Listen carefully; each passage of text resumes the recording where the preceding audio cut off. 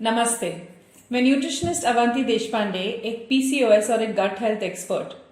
आज हम बात करेंगे शुगर एडिक्शंस के बारे में और शुगर क्रेविंग्स के बारे में, और जान लेंगे कि ये दोनों क्यों होते हैं और इनको मैनेज करने के लिए आपका डाइट कैसे होना चाहिए।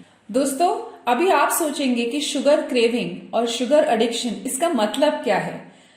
अक्सर जब हम डाइटिंग शुरू करते हैं तो ये देखा जाता है कि 1 या 2 हफ्ते होने के बाद में हम लोगों को खाने के बाद कुछ मीठा हो जाए ऐसे लगता है कि नहीं। इसका मतलब है कि आप शुगर वाली चीज खाने के लिए क्रेव करते हो, तो इसे बोलेंगे हम लोग शुगर क्रेविंग। और अगर आपको बहुत ज्यादा खाने में मीठा खाने की आदत है, तो फिर अगर आपने वो चीज नहीं ली उस टाइम पे, तो आपको अक्सर टायर्डनेस, फटीग, क्रेविंग्स या फिर हेडेक्स लगने लगते हैं। ये हो गया शुगर एडिक्शन। अक्सर ये देखा गया है कि अगर आपको मीठा खाने की आदत भी ना हो, लेकिन आपके डाइट में अगर कार्बोहाइड्रेट रिच फूड्स ज्यादा है, मतलब रोटी, चावल, सूजी से बनी हुई चीजें या फिर मिलेट्स वगैरह अगर आप आपके डाइट में ज्यादा लेते हो, और उसके साथ में अगर आपने आपका प्रोटीन कम रखा या फिर आपके डाइट में फाइबर्स कम हो गए, तो भी आपको शुगर एडिक्शन हो सकती है। इसके अलावा बाजार में मिलने वाले प्रोसेस फूड्स जो होते हैं, जो हम लोगों को लगता है कि हेल्दी है, लेकिन उसमें भी काफी बार हिडन शुगर्स रहते हैं। एग्जाम्पल के तौर पे yogurt, pasta sauce, readymade soups, salad dressings, nutrition bars, ketchup, mustard या फिर मेयोनेज। इसके साथ साथ बाजार में जो कुछ भी फ्रोजन फूड्स मिलते हैं, उनमें भी काफी बार हिडन शुगर्स नजर आते हैं। इसीलिए अगर आपको आपके डाइट में एडेड शुगर बिल्कुल 0 रखना है, तो फिर आपको ये देखना है कि आप फूड लेबल्स अच्छी तरीके से पढ़ ले। फूड लेबल्स पढ़ते समय आपको इंग्रेडिएंट्स लिस्ट में ये सब चीजें देखना बहुत जरूरी है, जिससे आपको पता चले कि आपको उस फूड आइटम में कोई भी एडेड शुगर नहीं है। इंग्रेडिएंट्स लिस्ट पे ये नाम जरूर पढ़िए। पहला नाम है high fructose corn syrup, agave syrup, brown rice syrup, glucose syrup, dextrose या फिर माल्टोडेक्स्ट्रिन, केन शुगर, सुक्रोज। अगर आपको शुगर क्रेविंग्स ज्यादा लग रही है, तो फिर आप ये ट्रिक कर सकते हो।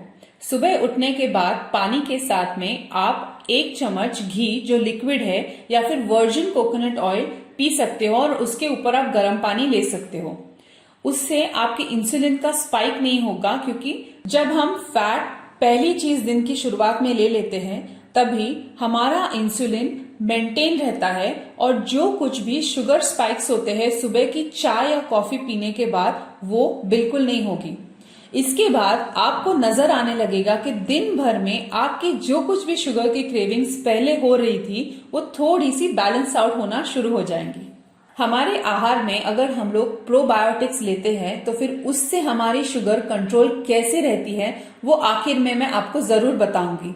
तो आखिर तक ये वीडियो जरूर देखिए। काफी बार मैं जब मेरे क्लाइंट्स का रिकॉल लेती हूँ, तो ये नजर आता है कि जब भी उन्होंने डाइटिंग शुरू करी है, तो पूरे के पूरे कैलोरी रिडक्शन कर दिए है। मतलब जो हमेशा से वो खाना खाते हैं, उसमें पूरी कटौती होती है।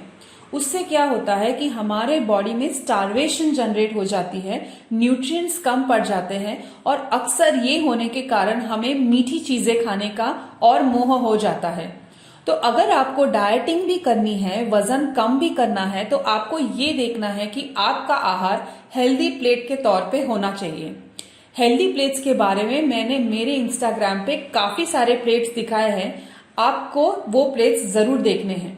लेकिन ये ध्यान में रखना है कि जब भी आप अपना लंच या फिर डिनर ले ले, तो उसमें सैलड्स होने चाहिए 50% तक, मतलब सैलड और सब्जी मिला के। उसके साथ में प्रोटीन्स होने चाहिए 25% तक, जो कि दाल है, कर्ड्स है, बटर मिल्क है या फिर पनीर है। और उसके साथ में फिर 25% आपके कार्ब्स होने चाहिए, मतलब रोटी है, चावल है, मिलेट्स की रोटी है। तो अगर आप अपना डाइट ऐसे बैलेंस रखोगे, तो आपके शुगर क्रेविंग्स काफी कम हो जाएंगे। खाने के साथ साथ आपको घी भी बिल्कुल लेना है, घी को अवॉइड नहीं करना है। अगर आप घी आपके डाइट में रखोगे, तो ग्लाइसेमिक इंडेक्स भी बना रहेगा, और जो कुछ भी इंसुलिन के स्पाइक्स होते हैं, जो शुगर क्रेविंग्स का कारण है वो भी नहीं आपको होंगे और आपका पेट भी अच्छे से भरा रहेगा।